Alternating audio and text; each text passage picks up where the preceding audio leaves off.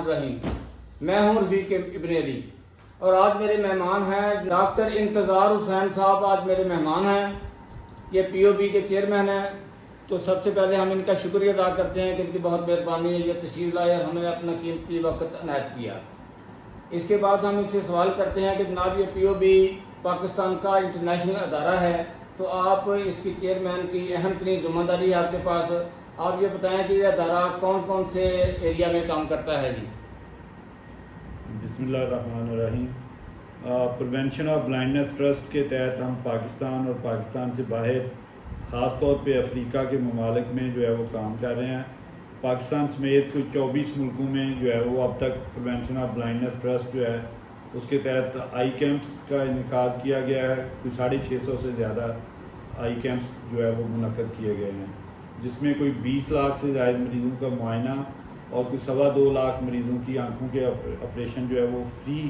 Operation کیے گئے ہیں۔ اس کے علاوہ جو ہے ہم افریقہ کے اندر خاص طور پہ صومالی لینڈ میں، جو صومالیہ کا ایک حصہ ہے، وہاں پہ ہم نے جو ہے وہ ٹریننگ کورسز جو ہے وہ شروع کیے ہیں، ڈپلومہ کورسز اور ماسٹر کورسز، جس میں ہم وہاں پہ آئی سرجن کو جو ہے وہ ٹرین کرتے ہیں اور نئے آئی سرجن جو ہے وہ پروڈیوس کر رہے ہیں۔ اور اس طرح وہاں پہ کوئی 5 ڈپلومہ کورسز کا انعقاد کیا گیا ہے اور وہاں پہ کوئی 26 آئی سرجن جو ہے وہ نئے جو ہے وہ پروڈیوس کیے گئے ہیں۔ اور اسی طرح جو ہے وہاں پہ ماسٹر کورسز کا بھی انعقاد کیا گیا ہے اور کچھ جو ماسٹر ٹرینر جو ہے وہ وہاں پہ ڈیولپ کیے گئے ہیں۔ پھر اسی کے ساتھ ساتھ ہم نے کچھ آئی ہاسپٹل، جیسے کراچی میں 4 آئی اسپتال جو ہے نا وہ اسٹیبلش کیے ہیں۔ اور ان کے نام کیا ہیں؟ جی کراچی والے پریونشن آف بلائنڈنس ٹرسٹ آئی اسپتال جو ہے وہ کس کس جگہ پہ واقع ہیں کراچی میں؟ یہ گلستانی جوہر میں جو مین اسپتال ہے وہاں پہ ہے، اور باقی 3 سرجانی ٹاؤن اور آدم جی اسپتال اور جو ہے وہ مختلف جگہوں پہ 4 اسپتال وہاں پہ ہیں کراچی میں۔ اور لاہور کے اندر جو ہے نا ایک ہسپتال ابھی ہم رینٹڈ جگہ پہ لے کے جو ہے وہ اس کو چلا رہے ہیں، لیکن ساتھ ہی ہم نے کنسٹرکشن بھی جو ہے نا ایک اپنے ہسپتال کی رائیونڈ روڈ پہ جو ہے وہ شروع کی ہوئی ہے۔ تو یہ اس طرح پاکستان سے باہر جو ہے وہ سری لنکا کے اندر، صومالی لینڈ میں، سوڈان کے اندر جو ڈارفر میں جو وہاں پہ آئی اسپتال جو ہے نا ہم نے قائم کیا ہوا ہے۔ تو یہ 3-4 ایریاز ہیں، کوئی کیمپس کے ذریعے جو ہے وہ بلائنڈنس کو کم کرنے کی کوشش کر رہے ہیں، آئی سرجن جو ہے ان کے ٹریننگ پروگرام کو چلا کے نئے آئی سرجن جو پروڈیوس کر رہے ہیں، جس طرح باہر سے آئی سرجن کو پاکستان بلا کے یہاں پہ ٹریننگ کرتے ہیں۔ حال ہی میں ہم نے 2 آئی کیمپس جو ہے وہ ان کا انعقاد کیا افغانستان کے اندر، کابل شہر میں، اور وہاں پہ ہم نے پردے کے آپریشن جو ہیں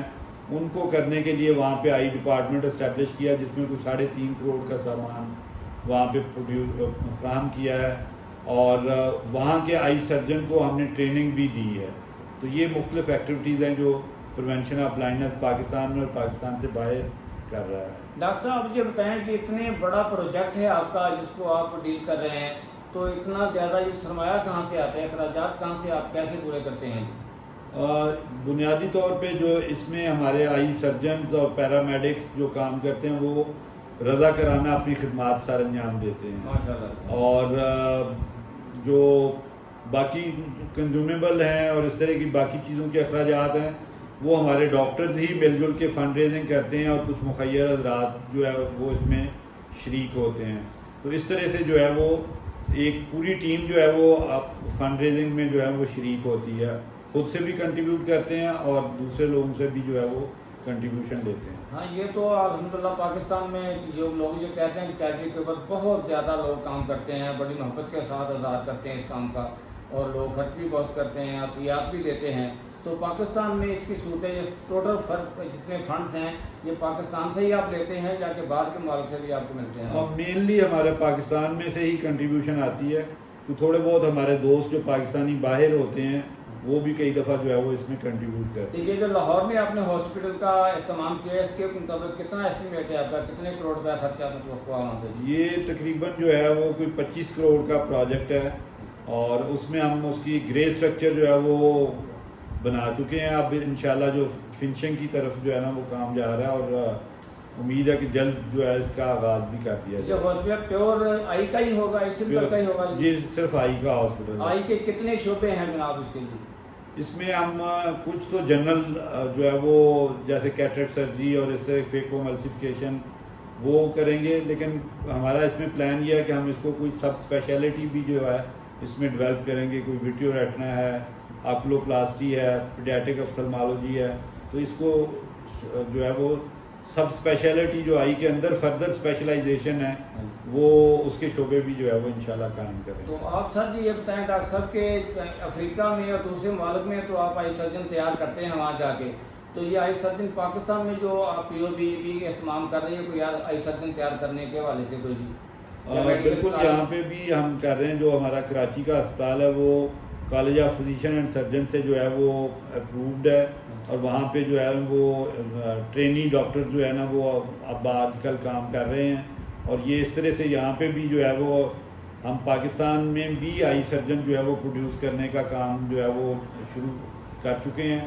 اور پاکستان سے باہر جو ہے انشاءاللہ وہاں سے بھی لوگ آ کے یہاں پہ جو ہے وہ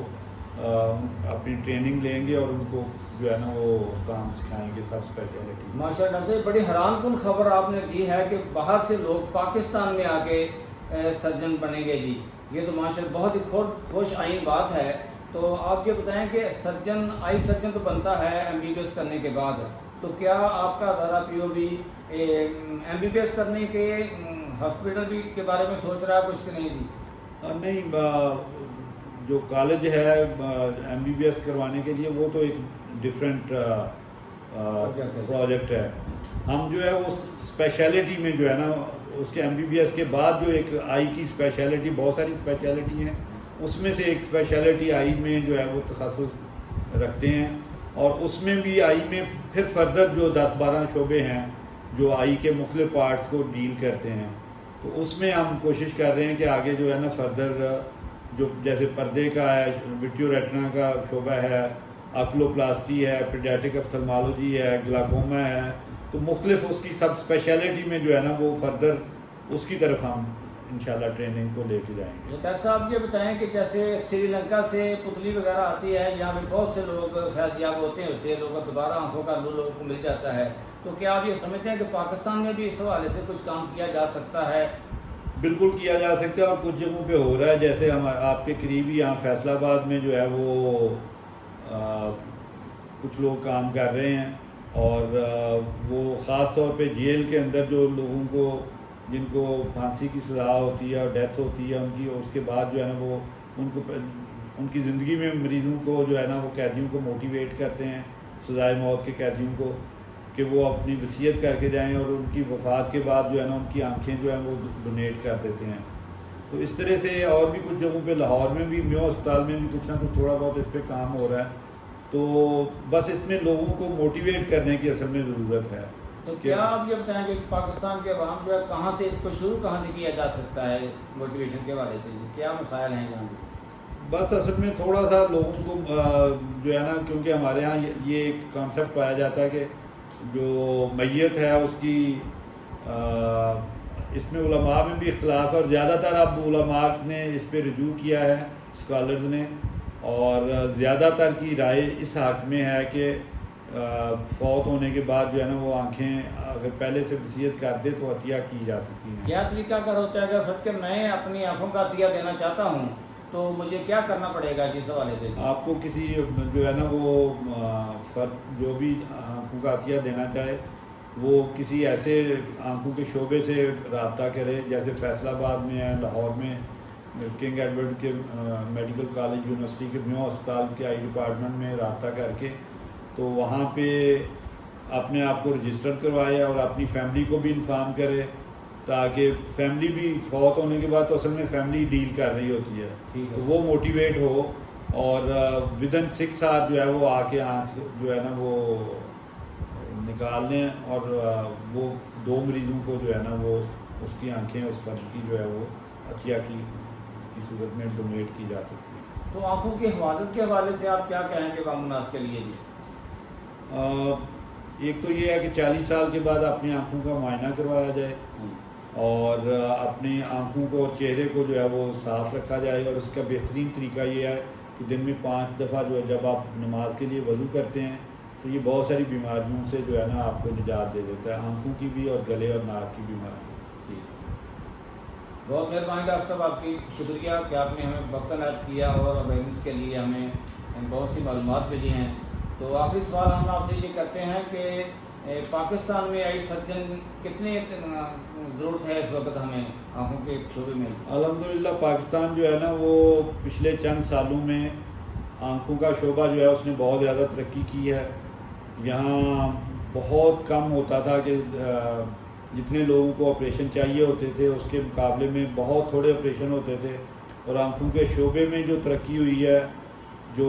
آئی سرجن کی ٹریننگ جو بہت بہتر ہوئی ہے، اس کی وجہ سے اب پاکستان کا نمبر بہت بہتر پوزیشن میں ہے کہ جو آئی سرجری کے حوالے سے اور یہاں جو سہولیات ہیں اس کے حوالے سے۔ جناب بہت مہربانی ڈاکٹر صاحب آپ کی۔ بہت شکریہ۔